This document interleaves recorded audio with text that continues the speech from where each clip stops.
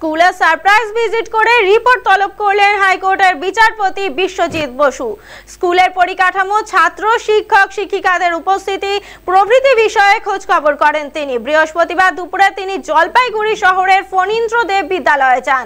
তার সাথে উপস্থিত ছিলেন স্কুল পরিদর্শক মাধ্যমিক বালিকা গোলে। বিচারপতি বিভিন্ন শ্রেণীকক্ষ যেমন ঘুরে দেখেন, তেমনি ছাত্রদের সাথেও কথা বলেন। মিড ডে মিলের খাবারের জায়গাও পরিদর্শন করেন তিনি। বৃহস্পতিবার মোট 45 জন শিক্ষকদের মধ্যে 12 জন শিক্ষকই অনুপস্থিত ছিলেন। কেন তারা স্কুলে আসেননি সে বিষয়ে জানতে চান তিনি। এ নিয়ে তার কাছে রিপোর্ট জমা করার নির্দেশ দেন বিচারপতি বিশ্বজিৎ বসু। এছাড়া স্কুলের পরিকাঠামোগত কিছু সমস্যা রয়েছে বলে জানান তিনি।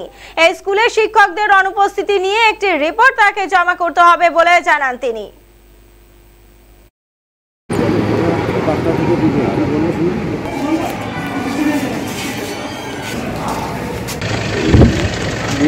তোমার কাছে একটা রিপোর্ট দিতে যাওয়া তো আমাকে জিজ্ঞেস করি স্কুলগুলোতে যে সারপ্রাইজ ভিজিট হতো না আগে, সেই সারপ্রাইজ ভিজিট হয় উনি বলে না অলমোস্ট বন্ধ হয়ে গেছে। তো চলুন একবার দেখে আসি, এটাই একটা কারণ।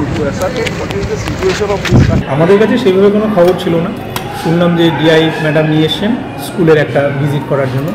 উনি আসলেন, দেখলেন আমাদের অনেক পুরনো স্কুল, অনেক ধরনের কিছু ক্লাসরুমগুলোর ঘাটতি রয়েছে, বেঞ্চ টেবিল। তারপর আমাদের যে স্টুডেন্ট প্রায় আমাদের 2000-এর উপরে, কিন্তু আমাদের টিচার সংখ্যা অনেকটাই কম। সেই বিষয়গুলি উনি দেখলেন, দেখে নিয়ে পরবর্তীতে ডিআই ম্যাডামকে হয়তো জানালেন যে আপনি রিপোর্ট পাঠাবেন, সেই অনুযায়ী হয়তো উনি আরও ভালো কিছু ব্যবস্থা করার দিকে